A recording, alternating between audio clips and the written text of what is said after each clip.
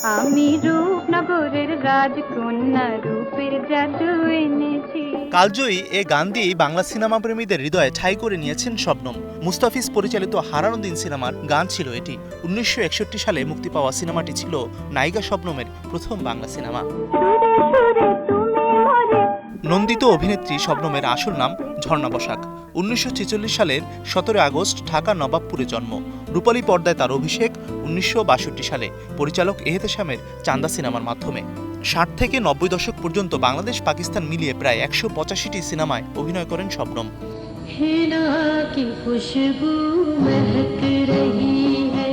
1968 সালে করাচিতে স্থায়ীভাবে বাস করতে থাকেন শবনম। 70 দশকের শুরুতে তিনি হয়ে ওঠেন পাকিস্তানের ইতিহাসে সবচেয়ে জনপ্রিয় নায়িকা।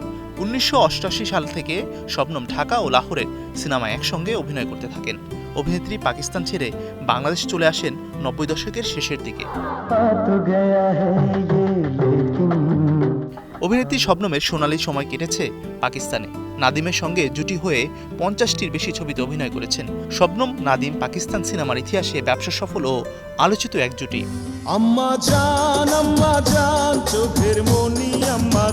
1999 সালে মুক্তি পাওয়া কাজী হায়াতের আম্মাজান ছিল শবনমের সবশেষ সিনেমা। এতে তার অভিনয় দাগ কেটেছিল হাজারো সন্তানের হৃদয়ে। সুপারহিট এ সিনেমার মাধ্যমে শবনম হয়ে ওঠেন বাংলা সিনেমার আম্মাজান। তার আম্মাজানের হুকুম ছাড়া একটি পাও ফেলে না। শবনমই একমাত্র অভিনেত্রী যিনি পাকিস্তানি সিনেমার সর্বোচ্চ সম্মাননা নিগার অ্যাওয়ার্ড লাভ করেন মোট 16 বার। সম্প্রতি পাকিস্তান সরকার দেশটির তৃতীয় সর্বোচ্চ বেসামরিক পুরস্কার সিতারা-ই-ইমতিয়াজ দেন তাকে। এছাড়া অসংখ্য সম্মাননা আছে তার ঝুলিতে। Mazharul Islam Tamim, star news.